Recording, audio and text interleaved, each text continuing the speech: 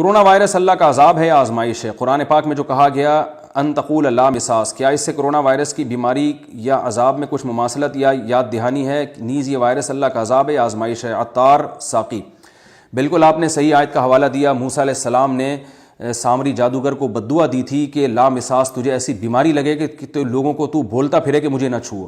تو واقعتاً یہ جو وبا دنیا میں پھیلی ہے یہ اللہ کا عذاب معلوم ہوتا ہے، کیونکہ ایسی بیماری ہے کہ بیمار بیچارہ تڑپ رہا ہوتا ہے، چیخ رہا ہوتا ہے، اور اس کا باپ بہن بھائی اس کے قریب آنے کے لیے تیار نہیں ہوتے کہ ہمیں یہ بیماری نہ لگ جائے۔ مجھے ایک یورپ سے کوئی اطلاع آئی، واللہ عالم سچی یا جھوٹی خبر ہے، لیکن بہرحال ایک اطلاع آئی تھی کہ ایک مریض جو تھا، ایک انگریز، وہ بیچارہ لیٹا ہوا تھا، بیماری میں مر رہا ہے، اپنے جو قریبی ریلیٹیوز ہیں ان کو یاد کر رہا ہے کہ اللہ کا واسطہ، ڈاکٹروں سے کہہ رہے ہیں کہ مجھے ان سے اس آخری وقت میں ملوا دو، بیوی بچوں سے۔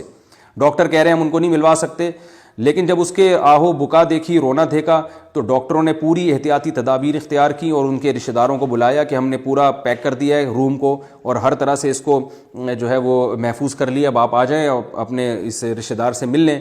تو جب اس بیچارے مرنے والے کو کچھ تسلی ہوئی کہ میرے رشتہ دار آ رہے ہیں، تو پتہ چلا کہ رشتہ داروں نے آنے سے منع کر دیا، انہوں نے کہا ہم یہ رسک نہیں لے سکتے۔ تو یہ بڑا افراتفری کا عالم ہے اور واقعی یہ اللہ کا عذاب ہے۔ تو اس عذاب کو ہم رحمت بنا سکتے ہیں، اس طرح بنا سکتے ہیں کہ ہم توبہ کریں، اللہ کے سامنے روئیں دھوئیں اور گناہوں سے توبہ کریں، بیہودہ فلمیں دیکھنے سے توبہ کریں، بد نظری سے توبہ کریں، زنا سے توبہ کریں، لڑکیوں سے دوستیوں سے توبہ کریں۔ ٹک ٹاک پر جو لڑکیاں بیہودہ چیزیں بنا کے اپلوڈ کر رہی ہیں، اس جرم سے توبہ کریں، اور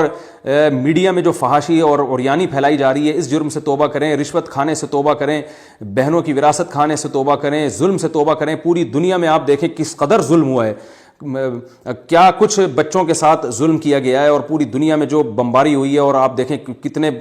جنازے اٹھے ہیں، ان پر رونے والا کوئی نہیں تھا۔ آج اللہ نے اس آزمائش میں پوری دنیا کو ڈال دیا ہے۔ تو سب کو انفرادی اور اجتماعی توبہ کی ضرورت ہے، اور توبہ کا مطلب اپنے گناہوں کو چھوڑنے کی کوشش کریں۔ اللہ ہم سب کو توبہ کی توفیق نصیب فرمائے۔ اگر ہم توبہ کر لیتے ہیں تو اللہ کی قسم ہم اس بیماری سے مر بھی گئے تو یہ بیماری ہمارے آخرت میں درجات بلند کرنے کا ذریعہ بنے گی، پھر کامیابی ہے، پھر مرنا بھی کامیابی ہے۔ اگر ہم نے توبہ نہیں کی تو یاد رکھیں بچنا بھی پھر کامیابی نہیں ہے، یہ بچنا اللہ کی طرف سے ڈھیل ہوگا تاکہ اس سے بڑے عذاب میں آخرت میں اللہ ہمیں ڈالے۔ تو اس لیے توبہ کو زیادہ فوکس کریں، احتیاطی تدابیر بھی اختیار کریں، اور گناہوں سے توبہ کو ہم سب کو زیادہ فوکس کرنا